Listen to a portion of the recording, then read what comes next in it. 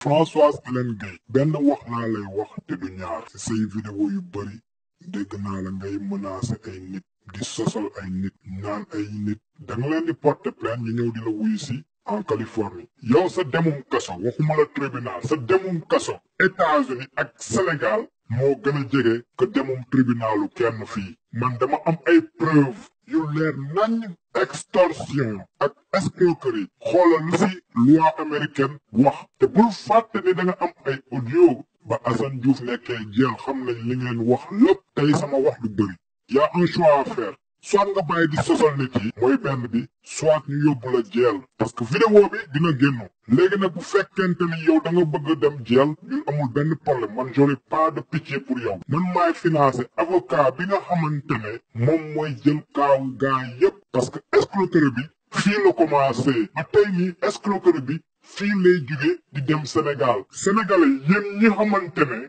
da ngeen yónnee xaalis Assane Diouf par rapport à l'histoire du terrorisme yéen ñi xamante ne da ngeen yónnee Assane Diouf ba muy waxu que dañoo tëj comptam yéen ñi yónnee xaalis Assane Diouf par rapport ak Xelkom bi par rapport ak Tiwaawan bi par rapport ak Touba bi yónnee leen ma document yi à adresse email bii ma leen di jox muy les mensonges de Françoise Hélène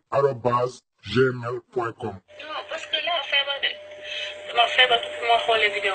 Tu sais, je lui avais signifié le fait que je sortais de toute cette histoire-là parce que déjà, je n'avais pas programmé. Il devait lire avec moi. Que de n'est qu'une petite. Quand son truc-là, ça a commencé, j'étais comme ça, son cerveau. xam nga yow man après boobu man benn instant man dañoo dem ba dafa dem benn instant man comprendre tuma parce que man nu ma laa gisee bu njëkk ni nga naan analyser benn instant dafa dem ba waaj yi man loo xamante ne man luy dëgg moom la wala sama gëm-gëm kenn mënu ma ci détourné lu ma ci même su ma ci wéetee man kase sax dinaa gëm loolu. xam nga Seydina benn affaire am na pas un seul instant je n'ai cru que le gars fabulait, mentait ou se jouait de l'opinion. J'ai essayé de lui faire un plan de travail et tout, mais il n'en fait que sa tête. Man, mënuma dimbali nit koo xam ne doo ma déglu. Et puis tu as un groupe de groupies ay xale yu jigéen yoo xam ne dañoo foog ni que maa ngi am xaalis ci Assane Diouf. Exactement. Donc bon, quand j'en ai eu marre, je lui ai dit xam nga lu may def parce que coow li bëri na stress bi bëri na je n'ai que des merdes depuis que je suis en train de t'aider si dama lay dimbali te yàlla tax. Arrivé à un moment, il faut que je pense à ma santé, à ma famille. Sama jëkkër dafa dem ba ne ma dafa mel ni Assane took over your life. Comprendre nga. Sama jëkkër dem ba ne ma bëggatuma dégg tout boobu fii. Tellement daf ma gis comment je suis malheureuse. J'ai tourné la page. Donc c'est vrai. Donc man je me suis fait avoir du début à la fin. Non war naa xam ne les Sénégalais duñu ay ngàkk, les Sénégalais sont intelligents. yow Les Sénégalais sont intelligents. li nga am Amérique 8 kër. sept këru Sëriñ Tuubaa te Sénégal amoo fa dara. Non terrain la wax nag waxul kër. non terrain la wax ko. terrain yi yëpp ay fen la. mais non léegi fi mu toll nii ce que je vois venir c'est que le gars mu ngi ànd ak ay jéen ak ay nit ñuy lever ay fonds xaalis fii xaalis gauche xaalis droite moi j'ai dégagé mes responsabilités depuis wax naa ko. je te laisse travailler avec ces filles qui sont sur Paris là Paris. Françoise Hélène Gueye bind ne Seydina Seck moom mooy def liggéey bi nga xamante ni ci mbirum Assane Diouf mooy les faux documents yooyu ñuy wax moom moo nekk ci ginnaaw moom moo masqué sa voix mu nekk loo xamante ne lu ma naqari la ndax liggéey bu rafetee noonu su ma ko defoon au contraire dama ci ndamu mais ñu nekk ci dëkk boo xamante ni yëguma tiiñu ma xaw ma tamit ñi nga xamante ni ñoom ñoo ko def yàlla xam na ni musuma waxtaan ak ñoom wala musuma gisante ak ñoom wala waxtaan ak téléphone première fois bu ma njëkk a wax ak ki nga xamante ni mooy le Sénégal de la vérité ndax liggéey bu rafet ba ñoom ñoo ko def ma leen si encouragé di leen félicité parce que loolu damay ñaan sax bu mu yem sax ci mbirum Assane Diouf na yem na jëm fépp nga xamante ni sénégalais war nañu mën a xam lu jëm si wàllu zircon bi pétrole bi lépp lu war sénégalais war a umpale war nañ fa mën a jëmal liggéey boobu ndax sénégalais yi mën a jindeeku le 29 octobre mooy premier jour bi nga xamante ni moom laa njëkk a bind envoyé message Sénégal de la vérité pour féliciter leen si liggéey bu rafet boobu vidéo mi ngi génn le 18 octobre donc yëguma tinuma xamuñu ko def man lépp lu may wax dafay leer lépp lu may def amul lu ma ci laqatu amul lu ma ci nëbbatu képp ku xam Seydina depuis 2010 ba tey si constance bi nga ma xamee musuma changer samay démarche donc su ma ko defoon dinaa ne man maa ko def mais quand nga dem na tagee ma jël sama photo def ci nit ñi di ma saaga fu nekk loolu tooñeef mënu kaa weesu donc damay juré ni liggéey boobu xaawa fu ñu ko defee xaawa fu ñu ko nasee ki nga xamante ni def na dugaloon na vidéo muy wax mais waajooju wax na te indi ni ay leeral dama bëgg ñu ànd déglu leeral yooyu am nañ ay mbir yoo xamante ni ay enregistrement audio dinañu ko teg di ngeen xam kan mooy nit ki damay ñëw teg waa ji nga xamante ni moom moo dugaloon vidéo bi li nga xamante ni moom la wax di weddi li nga xamante ni moom la François Hélène di ma accusé te yëguma ko. kon ma téléchargé live bi ma def ko sama ordinateur ma déglu ko ma coupé benn partie bu ma intéressé bu ma coupé partie bi ma jël sama propre initiative modifier voix bi personne ne m'a demandé de modifier la voix j'ai modifié la voix pour créer un effet de suspense et de film ma modifier voix bi def ci benn musique de fond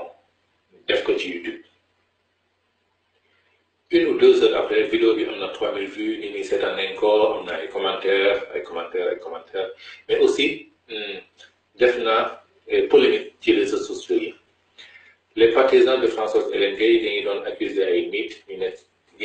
ginnaaw sama vidéo bi pourtant boo doon baatu vidéo bi dafa def intervention ci benn live ci live boobu sa voix n'est pas masquée kon ku gis sama vidéo dem gis live bi day xam ne kooku masqué wul baatam nëbbatuwul masqué wul baatam man dama masqué baat bi def ci musique de fond juste pour agrémenter la vidéo mais comme on a accusé des gens qui n'ont rien à voir avec ma vidéo ma jël décision supprimer vidéo bi si vous regardez le dernier live de Françoise Hélène Gueye di ngeen di gis ni moom cité na ay tur yu bëri bon xaw ma relation bu nekk diggante Françoise Hélène Gueye ak ñoom je ne les connais pas.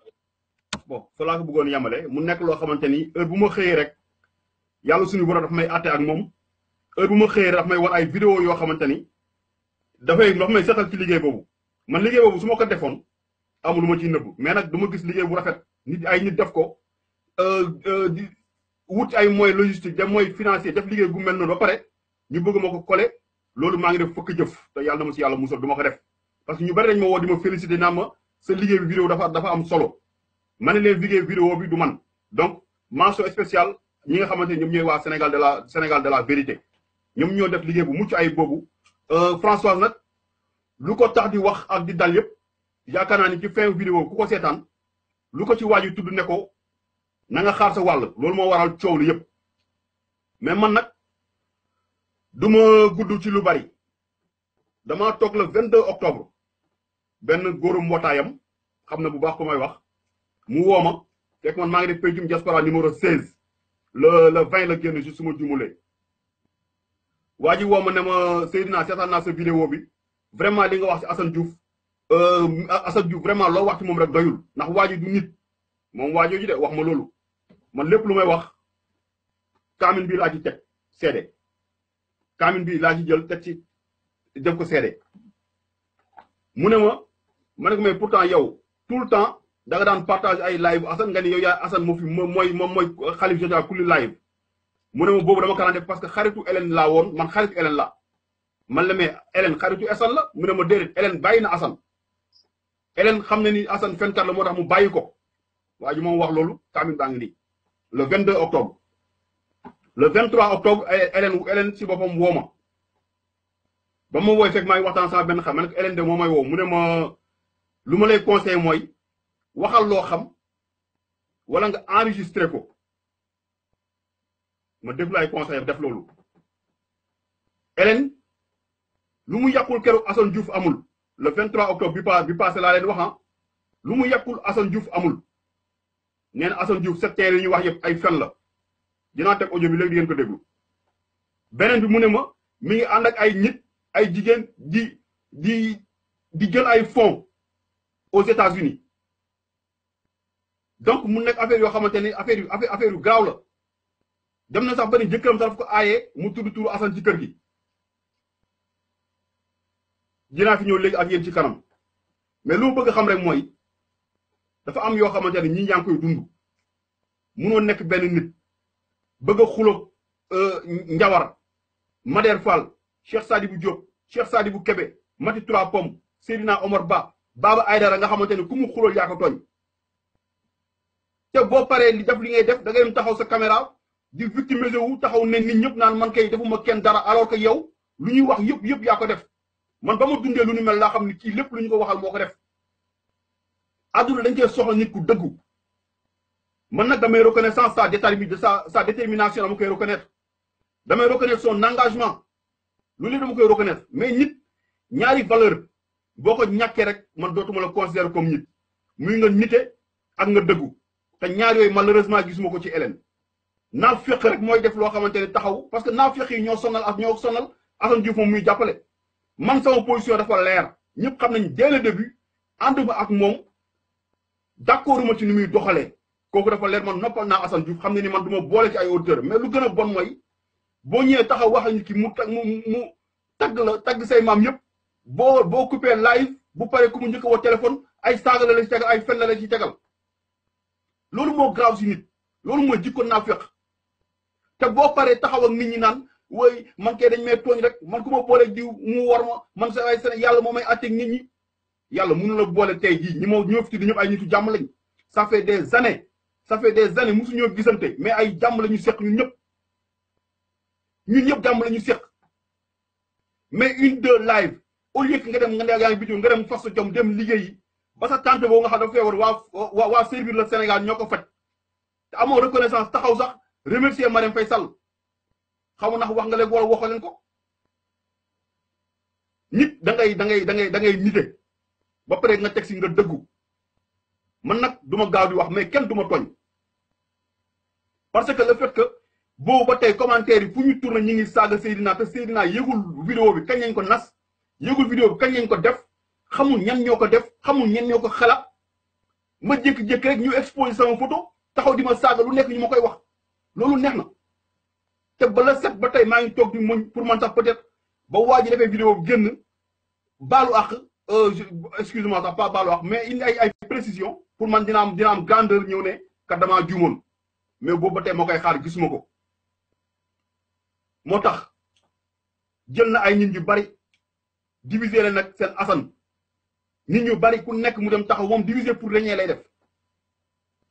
te lu mu wax Assane nag mi ngi fi ne gàññi suñu discussion bi ça a duré 16 minutes 23 secondes dama ci génnee nag benn extrait bu 2 minutes 22 secondes bàyyi noonu di xaar la lay wax ndax montage lay wax wala lay wax parce que boobu ba léegi façon pexe bu nekk ñu ngi koy def pour mën a taxal gàqal deru Seydina façon pexe bu nekk nag ñu ngi koy def am nañ ci koo xamante ne benn infographe jël nañ ko ne ko ne leen defal genre message yooyu ñuy capturer yooyu nga xamante ni moom la wax naan ñoom moom ba mu amee problème ñoom Matar la Kagulaar moom ak benn discussion moom ak ku ñaan George je pense su ma jumale genre yi mel noonu tey jii lay sant ay nit pour ñu koy def pour mën a gàqal teru Seydina façon jigéen bu nekk ñu ngi koy boole man di ma leen forcer ñu may forcer seen bopp pour rek ba am xol lu ñu mën a gàqalee Seydina mu nekk loo xamante ne dama ci bëgg a teg benn ci message yoo xamante dama koy jot te noonu laa dëkkee depuis le 7 ba léegi. xarit moo def solo nekkee fi jàmm pourtant su may wax ak yow nag war nga maa mun a faale xam naa nag bëggoo ma wax ak yow xam naa dootuma waxati ak yow ndax nag dugg laa sant am naa fula nag trop dégg nga ma lay wax nag benn affaire nag lambu ma nag ba topp sew du lang la nga dégg man maa la gis nga neex meg ma sopp la bëgg laa wax naa la am fu nekk sama nang woo ko dégg naa droit xam naa léegi def la xarit nang woo ko kon nag ku la bàyyi na nga bàyyi bu dee merci beaucoup. ça va Seydina ça va lu bees su loo nekk ku lay nuyu dégg nga fay nag yaa si jàmm maa ngi liggéey ba ñëw incha allah la bu baax a baax. noonu laa dëkkee boobu ba tey façon message bu nekk façon jigéen bu nekk ay góor jigéen sax ñu ngi ma koy yónnee pour mën a xool naka la ñu war mën a gàqalee deru Seydina parce que loolu mooy esprit combat wu Hélène noonu lay def nit ñi bu yàgg nañoo taxaw si caméra am di jëm mag yeewu taxaw jël lumière te si kanam nit ñi di victime si kanam nit ñi ku xamul naan kii dañ koy tooñ boobu ba tey le 7 ba tey ba ma nekkoon ne yow man ngay tooñ di ko digaaleeg man boobu ba tey noonu laa dëkkee jël nañ infogramme boo xam ay message am bu jeexee dinaa ko capturer dinaa dugal message yi si biir ngeen déglu ko ngeen lire ko du moins lu ma wax nee na man Seydou Grand du ma def sale boulot mais lu ma naqari mooy yow daa un autre gars boo xamante ne dina def liggéey bu nu mel lu ñu def ñoo xam ku jiin président de la république jabar gu muy nëbb ak doom gu muy nëbb di saaga kilifa diine yi mënoo fi bàyyi Seydina man lu ñu ma wax tey jii samay mbir yu bari ñaanoon nañ ma ne ma bul wax mais dinaa wax lu may wax nag tey jii tey laay mujjee wax tey laay mujjee wax dootuma si waxati parce que ku taxal sa président de la république mënoo fi bàyyi Seydina mais loolu dafa nekk ay mbir yoo xamante ne il fallait que ma leeral ko il fallait que tamit ma ubbi bët ñi nga xam ne ñoo ko topp te ñu topp ko ci caaxaan te ki ngeen topp du nit ku baax du nit ku dëggu Assane bi nga xam moom lay toog di ko défendre 24 heures sur 24 heure bu rapproché mi ngi wax ak ay nit lu bon rek lay teg si deru Assane lu bon rek lay teg si deru Assane moom mooy taxaw guddeeg bëccëg taxaw naan Assane Diouf te bu coupé ku mu waxal lu bon lay wax ci Assane Diouf et c'est valable pour tout le monde man mënu ma comprendre nga xuloo ay Baba Aïdara Ndiawar Diop Mader Fall te ñëpp ñi nga xamante ni c'est Cheikh Sadibou Kébé Cheikh Sadibou Diop ah Mati Trois Pommes ku nekk tey jii am nga ak moom problème ku nekk tey jii lii ma la wax lii mu wax ni loolu wax mais amuloo foo ko prouver man yàllaa ma bëgg yàllaa ma suturaal ba nga xamante amoon naa xel bi pour ëllëg si biir ma mën a prouver li nga xam moom lay wax ndax lii mënoo ko wax fenn ba ñu gëm la man nag lu ma naqari nag mooy mënu ma comprendre taxaw ay nit taxaw di ma saaga loo xamante ne yëgu ma ko tiini ma ko ndax yow yaa jël exposé sama photo taxaw ne man maa masqué sama voix man dinaa wax ak procureur de la république di bañ a nëbb sama voix dinaa wax ak le président de la république di bañ a nëbb sama voix di wax ak ay responsable ay ministre ay ku nekk di leen wax li nga xam moom la sénégalais yi soxla lu sénégalais yi bëgg a dégg ma leen koy wax te musuma ci nëbb sama voix am na ñoo xam ne toog nañ tête à tête ma wax leen ko donc si du si Hélène Diouf wala du si Assane Diouf wala Hélène Gueye ci laay nëbb samay voix te man waa Sénégal de la vérité aussi comprendre naa seen concept parce que lii nag mooy lu mu naan jinne bu doon mbéj saanee te xamul fu mbéj fu muy jugee donc xëy na lii lañ si bëggoon te am nañ ko léegi nag mu ne nag léegi je vais prêcher sur le faux pour connaître le vrai ëlbatiku ñëw naan mon frère ma ne mais kii nit la yow yaa ngi permettre des centaines et des centaines de gens ñu may saaga saa su ne nga ëlbatiku ñëw di ma naan ay mon frère